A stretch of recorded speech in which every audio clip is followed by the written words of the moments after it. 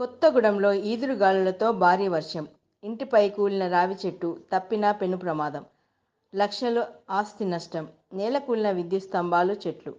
ఉదయం భగభగ మండే ఎండ, సాయంత్రం గాలి దుమారం. ఉరుములు మెరుపులతో కూడిన వర్ష బీభత్సం సృష్టించింది. శని 3.7 డిగ్రీల ఉష్ణోగ్రతతో దంచికొట్టిన ఎండలకు ప్రజలు ఉక్కిరిబిక్కిరయ్యారు. సాయంత్రం ఈదురుగాలులు, ఉరుములు మెరుపులతో కూడిన భారీ వర్షం బీభత్సం సృష్టించింది. కొత్తగూడెం, లక్ష్మీదేవిపల్లి, రామవరం ప్రాంతంలో చెట్లు, విద్యుత్ స్తంభాలు నేలకూలిపోయాయి.